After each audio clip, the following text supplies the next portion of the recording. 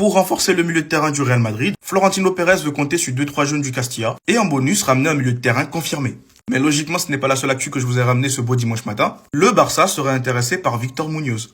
Arbeloa souhaite augmenter la charge de travail des joueurs, surtout pour la dernière ligne droite de la saison.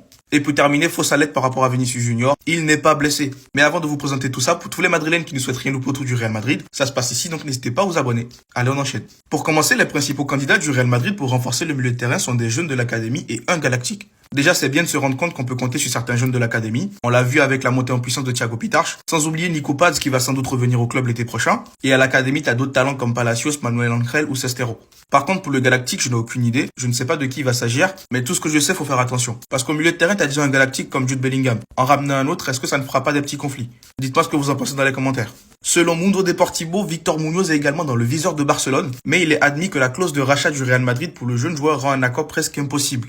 Je suis désolé, mais Victor Munoz, là, faut pas leur laisser. Je ne sais pas si vous êtes d'accord avec moi. Dans tous les cas, là-bas, il sera sur le banc. Donc, soit il revient au club pour être sur le banc au Real Madrid, soit il va dans un autre club. Pas de FC Barcelone. Et d'ailleurs, vous l'avez compris, le Real Madrid, on a une clause de rachat. Donc, ça va compliquer tout ça.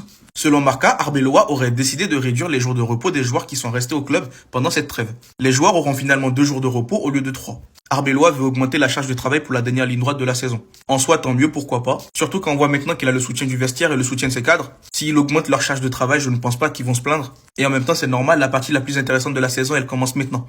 Et pour terminer, fausse alerte, Vinicius Junior n'est pas blessé. S'il ne joue pas contre la Croatie, ce sera uniquement par précaution. Et il sera bel et bien disponible face à Majorque. Merci qui? Merci Ancelotti. Merci le bon vieux Carlo. Merci de nous sécuriser Vinicius bien au chaud. Parce qu'hier, quand on a entendu qu'il n'était pas à l'entraînement avec ses coéquipiers, on a commencé à paniquer. Surtout quand on sait que lors des trêves, il y a beaucoup de blessés. Mais sinon, dites-moi dans les commentaires ce que vous avez pensé des actus de ce matin. Et surtout, pour ne rien louper, vous savez ce qu'il vous reste à faire. Abonnez-vous.